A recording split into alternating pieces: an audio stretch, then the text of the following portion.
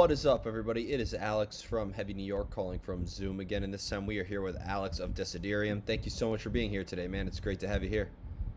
Thanks for having me, dude. Yeah, it's Happy to so be here. yeah, it's so awesome to have you here. Thank you for giving us some new music that really serves as sort of like the cherry on top of the heavy metal Sunday for 2021. We got the brand new album Aria coming out tomorrow or today, depending on when you're seeing this interview, or it's out now. But being that this is the third album between Life Was a Blur and Rain Gates, was this meant to signify a new beginning for Dessiderium in a way, or was this almost kind of just picking up where you left off? Right, right. There was one record I did last year too called Shadowburn. I think that was the one where I kind of saw it as like restarting the project in a way. The first two albums, those were total kind of like demos almost, the way they were recorded. I just did not have much experience and uh, like strategy of how I recorded them. So just getting ideas out and then releasing them. But Shadowburn, that's the one where I like took it more seriously and, you know, put in the budget to have it like mixed and mastered professionally. Had a really talented drummer named Brody Smith from a band called Satire. He helped me program the drums for that one. So I just took that same crew of people and applied that to the new album as well. Okay, so was this almost kind of like a preconceived idea of what you wanted the whole album to sound like, or was there still maybe, with this team involved, was there still maybe kind of like a little bit of trial and error and a little bit of experimentation involved? Yeah, no, I think we jived even better on this one. So it was a pretty smooth process front to back. Musically, this one's older than the 2021. So the music was all written. It's been ready to go for like 4 years now. So I pretty much just gave them the songs and they did their thing on top of it. So Okay. it was a real quick process, the whole thing. Structurally, did they change a lot over a 4 year span, or were they kind of like staying how they were originally like structured and arranged and They everything like that? stayed pretty faithful to how they've been. Yeah, I didn't like every time I record something for an album, I'll get like on the spot ideas that I just kind of put in there last second. But structurally, no, the songs like there's old demos of them and very little has changed other than like just the layers that are in the mix. Okay, and Mhm. when it comes to now having like four albums though, and you mentioned this sort of like demo process and evolving with this though, has there?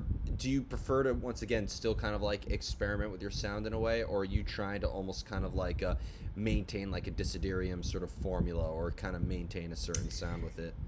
Yeah, that's actually something I've been thinking about more recently because now, like after four albums, it's always been. I mean, the albums don't all sound the exact same, but they definitely have a sound, and like always using the same kind of synth sounds and everything like that. So all I can say is there's some old stuff that's already written as well that I plan to release. That will probably continue the traditional sound that has been available till now. But there's some newer stuff I'm starting to that's kind of like consciously branching away a little bit. Yeah. Are you ever worried that like maybe a Desiderium song could sound too much like a Desiderium song in a way? Has that ever been like an obstacle For that you've sure. feared? Yeah, I'm definitely guilty of occasionally recycling ideas. They'll like a very similar idea will just come out in a new way, and I'll be inspired by that. Like, but the riff will sound harmonically at least like very similar. Um, so yeah, that could happen. I don't think I would release a song if it like sounded too similar to something that I've already written though. Yeah, I mean, there's some bands that have like one-hit wonders where they could just re-release that one single over and over again, and just maybe Yeah, kind of like put a little bit of a touch on the side of it in a way. right. But you can totally tell it's like a related song to Yeah, the hit already. I see that all the time. yeah. Well, the greatest singles for the last 40 years have all used the same four chords anyway, right? Right. Yeah. It's a deadly formula. Yeah, a deadly formula. I wouldn't call Never it gets old. deadly. I mean, some of those songs are pretty good, but like it's crazy to think that like Land Down Under and Don't Stop Believing and Let It Be and Right. Poker Face by Lady Gaga and like that's just four of the millions of songs that just use the same chord progression. Right. Right. I know. Yeah. It's crazy. Yep. When it comes to like getting that inspiration, being with a team of people though, when it comes to cultivating new ideas, do you prefer to be in the company of this team that you have mixed and mastered it to kind of give you some input, or do ideas tend to work better, or you come up with ideas easier when there's kind of like nobody around you? Yeah, the way it's going right now, I like a lot because for the writing process, I definitely like to be alone. Um, like typically always write just late hours of the night. I just feel more creative at that time when there's no pressure from like, just feels like the whole world's asleep. So I definitely like to write alone and be creative alone. But when it comes time to like get the tracks polished, um, like Brody's a really good guy to work with because he just understands music really well. And I'll put like my reference drums, and then he stays faithful to those, but makes them sound like they're played by an insane drummer, which he is. Yeah. So like they just sound really tasteful and like sophisticated, which I'm not capable of. So basically those guys like Mendel with the mix as well. Um, they just, I have the ideas, but they make it sound like really, you know, nice to listen to, I suppose. Hmm. And could there ever be a time where maybe like a concept or a lyrical theme could maybe influence the direction of the sound? Do you sometimes think of like a meaning of a song before you come up with a song, and that could help influence the sound of that said song? Right. Usually, not gonna lie, it's always music first, and then whatever feeling the music is creating, um, I'll kind of just go with lyrical themes that match that. But the lyrics are usually inspired by the music first, not vice versa. Okay. And I know this question is kind of like cliche in a way, but like, do you try to maybe convey a specific message for the entire album, especially with Aria, or could the music be open to interpretation? And kind of two questions in one: does every song kind of have its own individual meaning? With the new album, I would say it's a rough concept album because it's supposed to all take place in like this dream world and these series of like lucid dreams. That was my idea for it, and going back and forth between reality and getting too attached to these vivid dreams. Um, so yeah, there's a loose concept, a very vague narrative, but mainly just kind of like projecting my own experiences and things I've gone through into this little story. Yeah. So this all these dreams that this album is pertaining to is specific dreams that you particularly had. Not ones that I've had really, but just my experiences with lucid dreaming in general and kind of the feelings that it gave me. Like, but no, there's no like very specific experiences in the music or anything like that. Yeah, lucid dreaming is awesome. I'd imagine you've come up with some sick riff ideas or even sick song arrangement ideas just by like dreaming it, right? That that would be awesome. Yeah, no, I haven't quite done that. I remember Modeling of the Well. It's like one of my favorite bands of all time. I just interviewed Toby Driver a couple weeks ago. Oh, dude, that's awesome. Yeah. Yeah, I think they had like that lore around their early records that they were using, use lucid dreaming and like astral projection to capture melodies and Yeah. tell these dreamy stories. But that has not happened to me. Yeah. Can't say that. I told Toby Driver I'm a lucid dreamer myself, and I was telling Toby I had a dream one time where I was playing a gig, and then like I literally turned and said, "Take a drum solo. I got to use the restroom." I woke up, went to the restroom, went back to sleep. As soon as I drifted off again, he was just finishing up the drum solo, and I just Oh, just resumed. resumed the show. So Yeah, that's pretty magical. yeah, I wish I could experience that. That's yeah. cool. Never say never. Who knows? Maybe addressing this could ultimately lead to that. Right, right. I know. I remember when I was into that stuff, like keeping a dream journal was huge. Just staying in touch with your dreams, keeping a log, and making that like an everyday part of your conscious and everything. Absolutely. More likely to happen that way. Or just an alternative universe that you go into on the 8 or 10 hours that you're not conscious. You know. Yeah, right. Yep. Yeah, that stuff's crazy. Yep. And I know that like this question is also a little bit more on the cliche side, but because when I was listening to Dessiderium, like really do see a lot of different sounds that could appeal to multiple audiences. Do you have Sure. like a specific influence that you cite for your playing style and for your songwriting, or do you take inspiration from multiple sources? Definitely from multiple sources. But with that said, there's the early bands that affected me during my like very impressionable teenage years, that I think just have a permanent impact on my sound.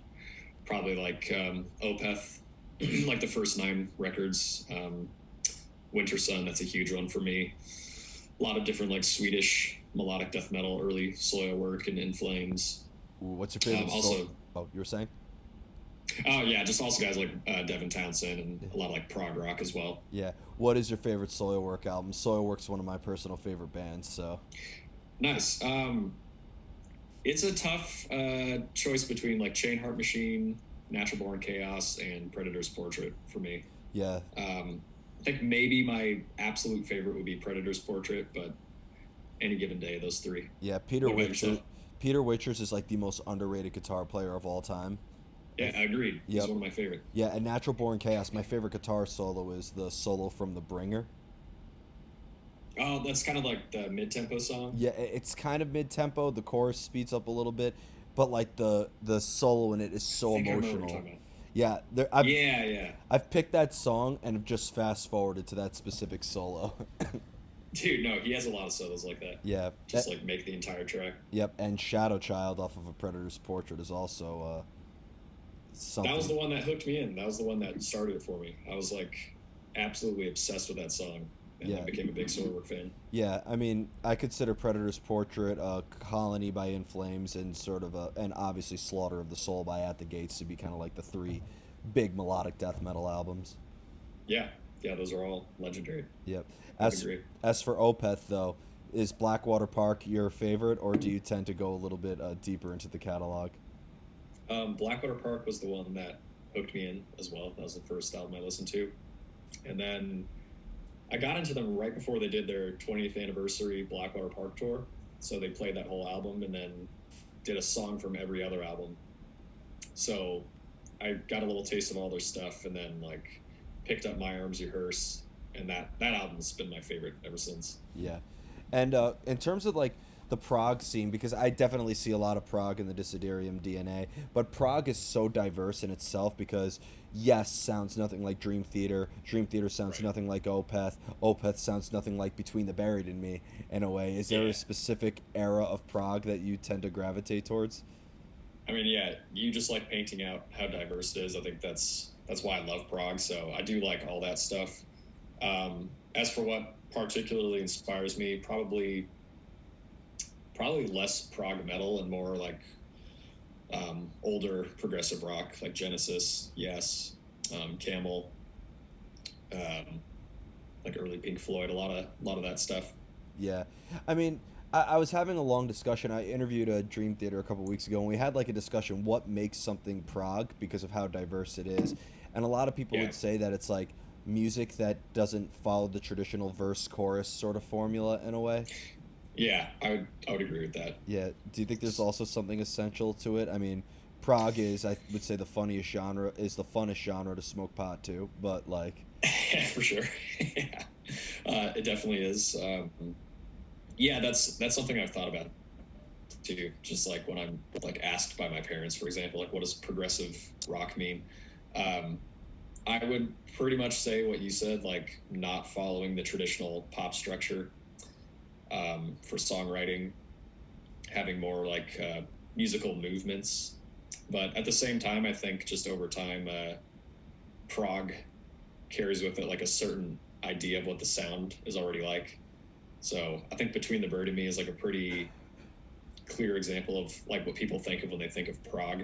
Just kind of like zany music at times, but also deep and intriguing and complex. yeah. All these things. Yeah, well, I mean, with prog, with Between the Buried and Me, I mean, they're just all over the place in general. People who've never heard them before would just call them death metal, which I think is hilarious and asinine. But Yeah. yeah, They've got a lot of shit going on. yeah, especially since they did full tours of Cannibal Corpse.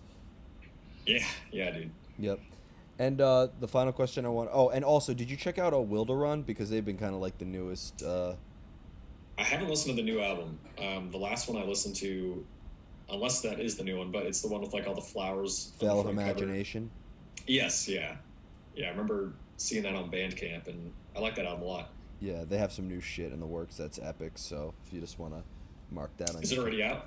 It came out? I don't know. I got to double check. Okay. But either way, they can do no wrong. I just saw them with Swallow the Sun recently, and they were insane. So. Oh, and Abigail Williams? Yep. Yeah, I was supposed to go to that. Nice. That's cool. You missed a great tour. Yeah, fuck. Yeah. Yeah, dude. Did they have another album before the one with the flowery front Well, cover? yeah, I mean, Kind of like a green they field or had like something. 2 or 3 of them. They've been around for a minute. I know that their singer used to play in Replicsire, which is a great Okay. like tech death band.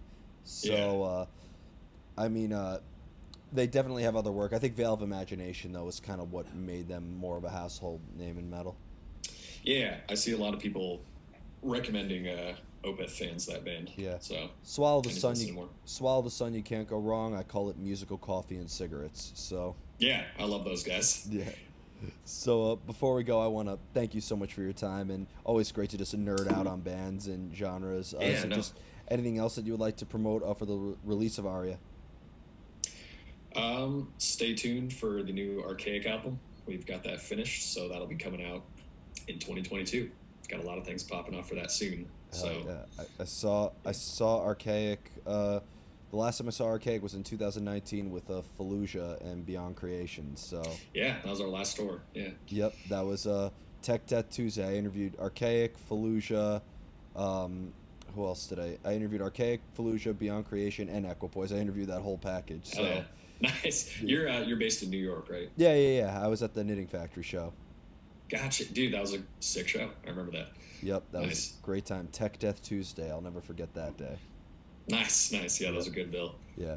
But great to talk with you. Thanks for being here, everybody. We are here with Dessiderium. Be sure to check out Aria coming out December 10th. Be sure to listen to it if you haven't already. We'll see you next time on Heavy New York.